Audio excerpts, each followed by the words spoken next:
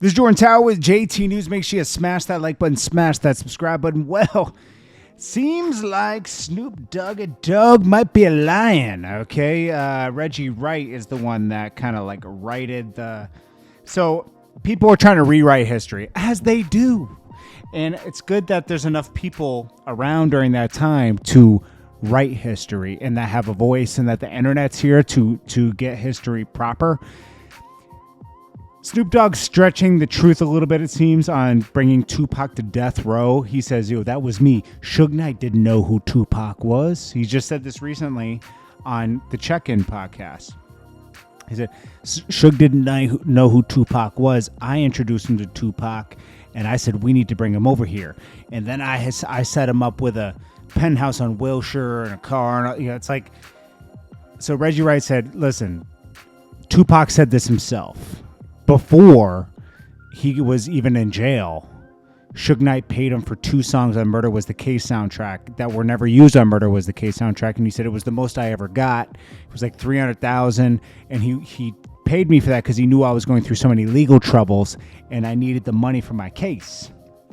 And he wanted to bring me over to death row then, and I told him I wasn't ready yet.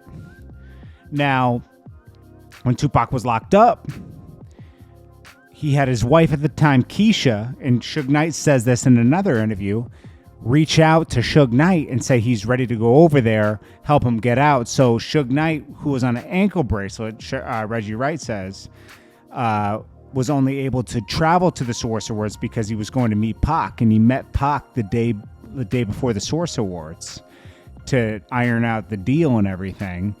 And they used some of the money, their money, and I think Interscope's money to get Tupac out. And that's when Snoop Dogg was taking credit for having the cutout of Tupac in a jail cell with all, because everyone came out of a cell for their performance at the Source Awards, and Tupac was in one of the cells, but it was a cutout of him.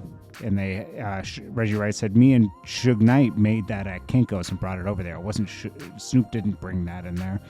So Snoop's kind of trying to rewrite his, and then he says like Snoop came right to me when he got out and we laced him. Now they did, and Reggie Wright does say that I'm sure it was ran by Snoop and Dre and everybody because they were the stars of the label, and didn't want to disrupt everything, and they were all welcoming, like, yeah, let's get him over here.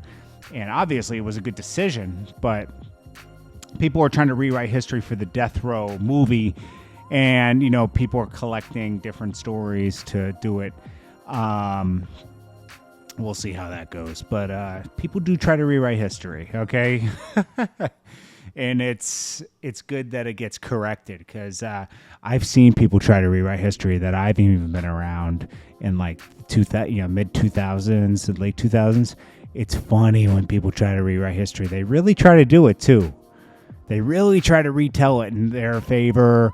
Stuff. I'm not saying Snoop Dogg, like, it wasn't malicious. It was just a little stretch of the truth, It doesn't matter. Snoop Dogg is like Snoop Dogg. Snoop Dogg is like the biggest thing in hip hop.